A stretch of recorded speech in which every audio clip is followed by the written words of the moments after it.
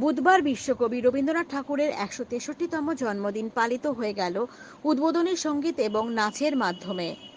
সেই সঙ্গে এদিনের বিশেষ আকর্ষণ ছিল পৌরপিতা সুমন রায়চৌধুরীর হাতে রবি ঠাকুরের মূর্তি উন্মোচন করতে এসে মহেশতলা ১০ নম্বর ওয়ার্ডের পৌরপিতা সুমন রায়চৌধুরী জানালেন, অনেক দিনের স্বপ্ন ছিল এলাকাটিকে সংস্কৃতি প্রবণ করে তোলার।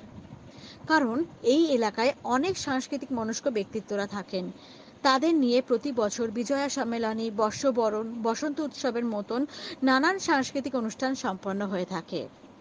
এবার রবীন্দ্রনাথ ঠাকুরের মূর্তি উন্মোচনের মাধ্যমে সাংস্কৃতিক মনস্ক ব্যক্তিত্বদের এক বিশেষ বার্তা দেওয়ার চেষ্টা করা হয়েছে।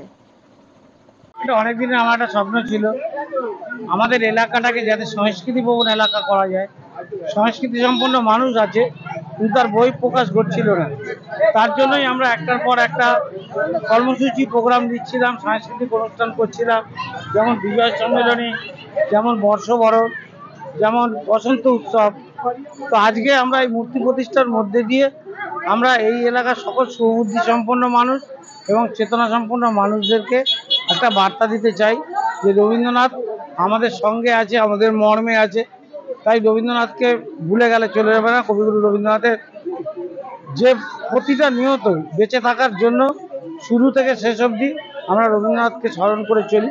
তাই ওনার আবক্ষ মূর্তি উন্মোচনের মধ্যে দিয়ে আমরা এই এলাকার সংস্কৃতির মানুষকে বার্তা দিতে যাই, সুস্থ থাকুন, ভালো থাকুন, সংস্কৃতি প্রবণ হন এবং এলাকার মানুষের জন্য সাংস্কৃতিক সম্পন্ন যে সকল কর্মসূচি নেওয়া যায় তাতে সকলে মিলে অংশগ্রহণ করুন।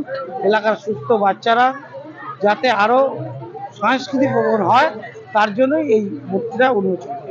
আমাদের ১০ নম্বর ওয়ার্ডের সকল তৃণমূল কংগ্রেস, যুব কংগ্রেসের কর্মীরা সকলে উদ্গ্রীব হয়ে রয়েছে এটাকে সুন্দরভাবে রক্ষণাবেক্ষণ করার জন্য। অসুবিধা কিছু হবে না, সবাই মিলে এবং এলাকার মানুষ, এলাকার প্রতিবেশীরা সবাই এটার প্রতি একটা আলাদা আবেগ কাজ করছে। সবাই মিলেই এইটা রক্ষণাবেক্ষণ করছে। ছাতা করে দেবো যাতে কোনো পাখি টাকি এসে ওখানে বসে নোংরা করতে না পারে, আমরা একটা ছাতা করব। আমরা পয়লা বৈশাখে ভিত্তিপ্রস্তর স্থাপন করেছিলাম আর আজকে ২৫শে বৈশাখ বলেছিলাম এটা উদ্বোধন করব। তাই কিছুটা তাড়াহুড়োর মধ্যে দিয়ে হয়েছে বলে আমরা এখনো ছাতাটা করতে পারিনি, কিন্তু করব।